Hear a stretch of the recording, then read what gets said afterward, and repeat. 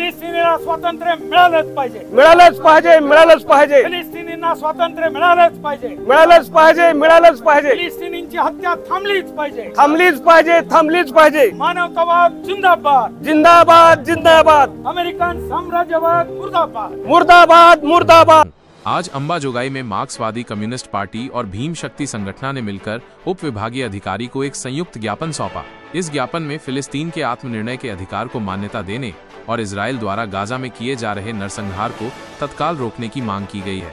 आपको बता दें कि बीड जिले में ये पहला अवसर है जब किसी राजनीतिक दल या संगठन ने इजराइल के खिलाफ इस तरह का विरोध प्रदर्शन किया है। इस पहल ने भारत की विदेश नीति पर भी गंभीर सवाल खड़े किए हैं।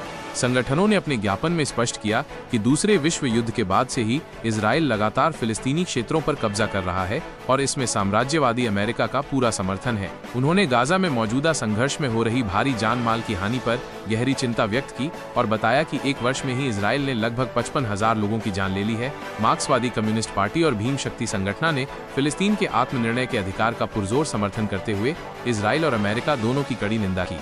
इस महत्वपूर्ण ज्ञापन को सौंपने वालों में कॉमरेड बाबरूहन पोटभरे, देवतीदास जाधव, बापूराव गोमसाड़े माने, निकिता माने, भीमराव सरवदे, बाबा शेख, हमीद गौड़ी, इस्माइल गौड़ी, पप्पू आदमाने, आरिफ काजी और स्नेहा सहित कई प्रमुख सदस्य और कार्यकर्ता शामिल थे। इस संयुक्त विरोध प्रदर्शन ने फिलिस्तीनी मुद्दे पर न केवल स्थानीय स्तर पर ध्यान आकर्षित किया है, बल्कि भारत सरकार से इस संवेदनशील मामले में अपनी नीति पर पुनर्विचार करने का भी आह्वान किया है। सगळ्या जगाच्या मानवतावाद्यांचं लक्ष आज युद्धखोर अमेरिका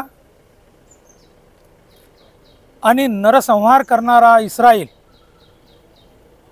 ज्या इस्रायलनं अमेरिकेच्या जीवावरती फिलिस्तीनीची जमीन काबीज केली आणि फिलिस्तीनी जनतेलाच त्यांनी आज त्या गाझा पट्ट्यातून आणि संपूर्ण पॅलेस्टाईनमधून हाकलून देण्यासाठी मानवतेच्या विरोधातलं एक युद्ध त्यांनी छेडलेलं आहे।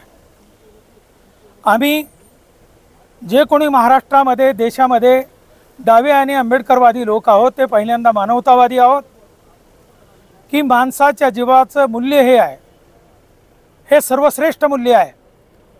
आणि फिलिस्तीनीमध्ये आत्ता इस्रायलनं 55,000 पेक्षा जास्त मुलं स्त्रिया ह्या ठार केलेल्या आहेत आणि युनोनं ठराव घेतला की हे युद्ध थांबलं पाहिजे, परंतु ते युद्ध काही थांबत नाही। त्याचं कारण ही अमेरिका आहे।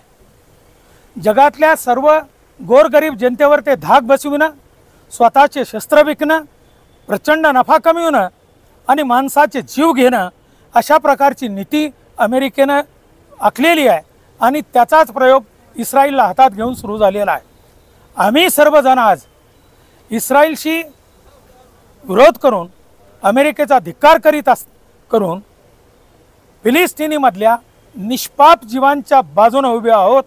आणि भारत सरकारला आमचं सांगणं आहे की आपली भारत सरकारची विदेश नीती जी आहे ती विदेश नीती ही फिलिस्तीनीच्या बाजूची आहे आणि तुम्ही बाहेर दाखवता फिलिस्तीनच्या बाजूचे आणि भारतात आलात की मुस्लिमांच्या, अल्पसंख्याकांच्या आणि दलितांच्या हत्या करता, याचा या भारत देशाच्या सरकारचा त्या निमित्तानं आम्ही धिक्कार करीत आहोत। आणि सर्व जनतेला आमचं आवाहन आहे की आज ना उद्या तुम्हाला माणुसकी जपण्यासाठी आणि इस्रायलनं चालविलेला नरसंहार हा थांबवण्यासाठी परत एकदा संपूर्ण देशाला रस्त्यावरती यावं लागेल, एवढा मी इशारा देतो आणि थांबतो। आम्ही सर्वजण कम्युनिस्ट आणि आंबेडकरीवादी विचारसरणीचे लोक उपजिल्हाधिकारी कार्यालयासमोर जमलेलो आहोत की भारत सरकारचा निषेध करून त्यांनी तटस्थ भूमिका जी घेतलेली आहे इस्रायलच्या बाबतीमधली ती भूमिका पॅलेस्टाईन म्हणून आम्ही त्यांना समर्थन द्यायला हवं होतं, परंतु भारताने ती भूमिका पार न पाडता तटस्थ भूमिका घेतलेली आहे। ह्याचा प्रथम आम्ही एक मानवतावादी विचारसरणीचे जी भारतातील लोक आहोत त्याचा आम्ही जाहीर निषेध करतो आणि त्या निमित्तानं आम्ही अमेरिकेसुद्धा जाहीर निषेध करतो। इथं जगामध्ये शांतता नांदण्यासाठी बुद्धिझम आवश्यक आहे, बुद्धाची शासन प्रणाली आवश्यक आहे, परंतु अमेरिकेचं जे दबावतंत्र सुरू आहे ह्याच्या जगावर, त्याचा सर्व जगाने विचार करण्याची आज वेळ येऊन ठेपलेली आहे. आपण सर्व मानवतावादी विचारसरणीचे जे भारतातील जे माणसं आहेत त्यांनी प्रथम मोदींना ही भूमिका पार पाडायला पाहिजे की इस्रायलला दबाव टाकून किंवा अमेरिकेला जे दबाव आहे त्याचा जाहीर निषेध करून आपली भूमिका पार पाडली पाहिजे. एवढं बोलून थांबतो.